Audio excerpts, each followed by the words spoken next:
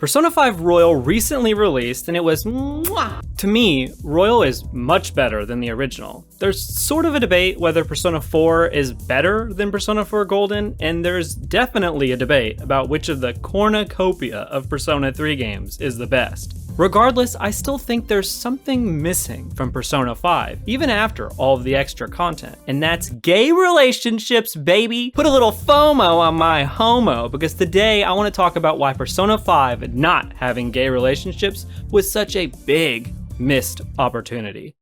Oh, and before we start this discussion, I just wanted to ask you to please leave a like on this video if you enjoy it, and you can always hit that red velvet subscribe button if you want to see future content related to RPGs. So thank you for watching, and let's get started. For those of you who don't know, each Persona game, besides maybe 1 and 2, but that's a debate for a different day, each Persona game focuses on a central theme that holds everything together. In one word, Persona 3 is death, Persona 4 is truth, and Persona 5 is freedom. This central theme of freedom is an obvious one in the main plot, but it's also apparent in almost every single social link. Each of the characters in the game feels controlled by one aspect of society or another, and as a result wishes to be free from it. And so each social link shows our main character helping these individuals to come to the realization that they can free themselves. Even the main plot, no spoilers obviously, focuses on this idea of societal control, and why it's definitely not a good thing. I wonder then,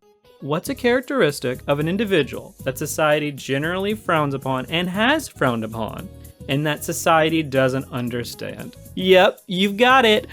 People who wear jorts. Get the fuck out of my face with that garbage. It's a sin. Oh, and also gay people. Homosexuality is essentially the definition of a it writes itself social link in this game. It fits essentially every aspect of the theme of being constrained by society. What's even weirder is that we even essentially had a gay storyline in Persona 4, that being with Kanji, which I've already made a video about. It's a lot more complicated than that. You can check it out if you want. I mean, I could see people making the argument that adding a gay social link in this game would just be retreading the same concepts, since Persona 4 had Kanji, except in that game, the social link focused more on the themes of individual truth, because that fits the overall themes of Persona 4. The themes of societal constraint could then be explored within a social link in Persona 5. So it would be more about how society treats gay people, and less about the person being gay in general. Hell, I don't think this has to even be a gay character. Honestly, it could be anything in the LGBTQ community and still fit the themes of the game perfectly. Let's address this video's title real quick. Look, for those of you saying that Persona 5 didn't need gay relationships,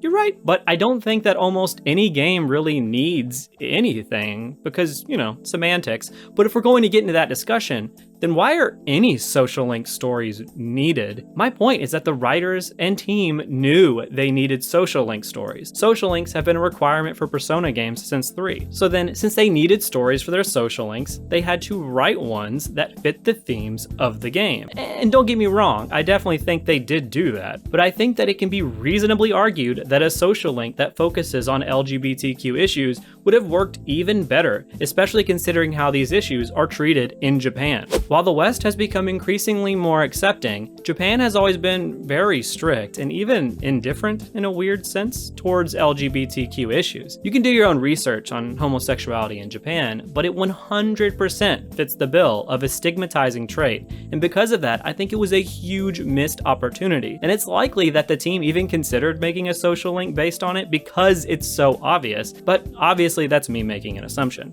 Even with that assumption, let's not forget that the only representation that we do have in this game are essentially 3 characters, with 2 of them being depicted as, at worst, predators, and at best, a joke. This is pretty disappointing, especially considering how seriously Kanji was taken in Persona 4. The game, not the anime. The anime treats him as a joke, but that's a discussion for a different time. But almost every Persona-related anime is trash. Now, I can already see future comments about why I'm wrong. You could get the standard terribly thought out comments of, well, then why don't we need child or dog relationships in Persona? And I would say, well, we already have them. Joking aside, it's very clear that homosexuality is different from individuals or animals which can't consent, but regardless, that's not the point here. But I mean, isn't it weird that we kind of already have relationships with a kid and a teacher, and yet we don't have any gay relationships? I think that's an important point to consider. My point is, whether or not you like or approve of homosexuality is precisely the reason why it would work so well in this title. The point of the game is to show people that are outcasted from society. It doesn't matter whether or not you agree with why these people are outcasts, it just matters that they are. So any attempts to explain why homosexuality is wrong or why it shouldn't be included is exactly the reason as to why it should be depicted within this game. Now, we've talked about gay social link stories, but what about just a gay relationship option within a social link that already exists in the game? This one is a bit complex, so let me try and make sense of it. On the one hand, I can see the argument that being able to romance a guy within the plot would require the plot to address that it's taboo, since this game takes place in modern Japan, and thus the social link would have to address this. However, I also think that this point can easily be retorted if we just look at Kawakami's social link. Kawakami is a school teacher whose side job is moonlighting as a maid. She's your teacher and clearly much older than you, and I mean, you're a minor, let's not forget that, and you can romance her. Kawakami's social link is about her past, and is definitely not about the struggles of dating an older person, or how your character and her should hide your relationship because she's older and your teacher. Part of this is due to the fact that within Persona, social links only unlock the ability to romance that person once you're already far into the link itself. Because of this, social links are generally platonic with little flirting options every now and then. So my point is, the relationship with Kawakami is weird, let's at least admit that. It's also certainly taboo, and most likely illegal, in Japan for a teacher to date their student if they were a minor, which you are. The social link sort of mentions every now and then that you're young and that she's your teacher,